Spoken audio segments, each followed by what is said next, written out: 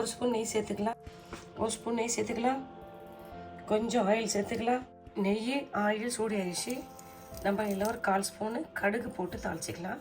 கொஞ்சோன்னே ஒரு 1/2 ஸ்பூன் ஜீரகம் சேர்த்துக்கலாம்.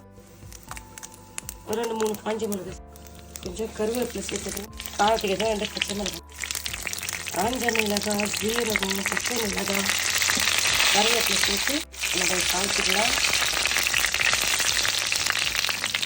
ஒரு 2 டேபிள் ஸ்பூன் அளவுக்கு கடலைப்பூ சேர்த்துக்கலாம். 2 டேபிள் ஸ்பூன் கடலைப்பூ,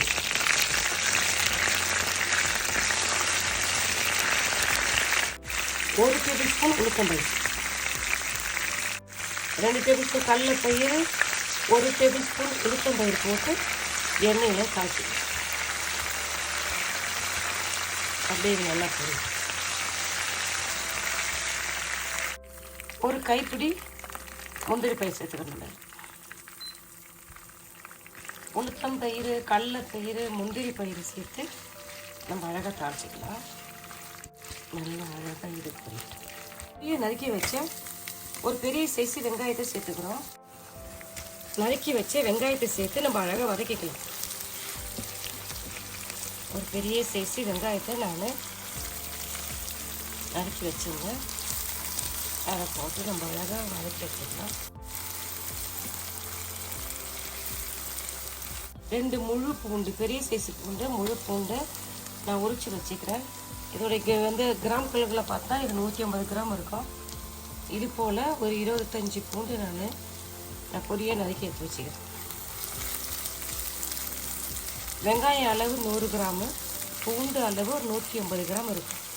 கிராம் கணக்கில் பார்த்தா சைஸில் பார்த்தா ஒரு பெரிய சைஸு வெங்காயம், 2 பெரிய சைஸு பூண்டு எடுத்துக்கிறேன். அப்படியே இது பொன்னிறமாக அழகாக இதில் போட்டு நம்ம வதக்கலாம். அப்படியே இது நல்லா பொரிட்டோம்.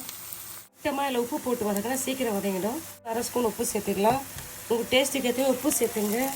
உங்கள் டேஸ்ட்டுக்கு ஏற்ற மாதிரி காரம் சேர்த்துங்க.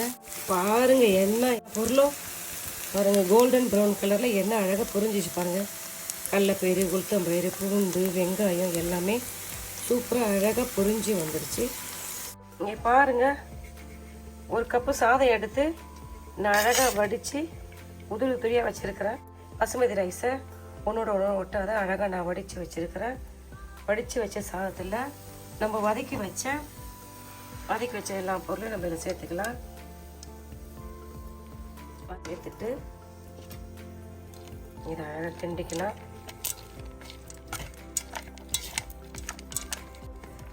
உப்பு பார்த்துங்க. நம்ம 1 ஸ்பூனு நெய் சேர்த்துக்கிறோம். மிளகு பொடி சேர்த்துக்கிறோம். இதில் கொத்தமல்லி தழை சேர்த்துக்கிறோம்.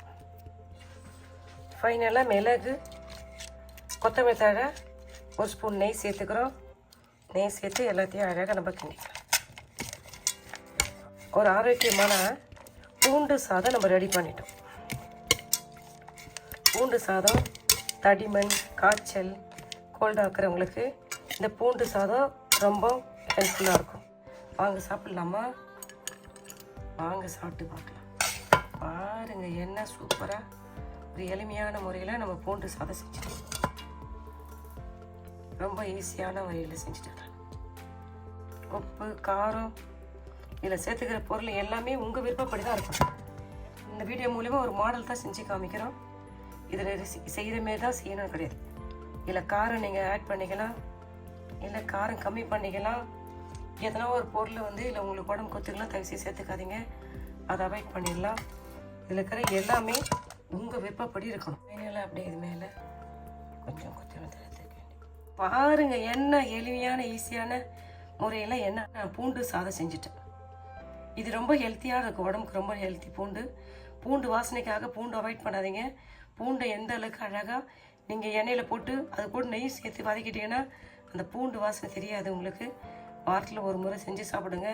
உடம்புக்கு ரொம்ப ஆரோக்கியமான ஒரு டிஷ் இன்றைக்கி செஞ்சிட்டோம். சாப்பிட்டு பாருங்கள். நீங்களும் இதே மாதிரி செஞ்சு பார்த்துட்டு நான் செஞ்ச இந்த பூண்டு சாதம் எப்படின்னு சொல்லுங்கப்பா. இந்த வீடியோ உங்களுக்கு பிடிச்சிருந்தா லைக் பண்ணுங்கள். உங்கள் ஃப்ரெண்ட்ஸுக்கும் ஃபேமிலிக்கும் தெரிஞ்சவனுக்கும் சொல்லி எனக்கு சப்ஸ்கிரைப் பண்ணுங்கள். இந்தாப்பா சாப்பிட்டுப்பா சொல்லுங்கள். பை. தேங்க்யூ.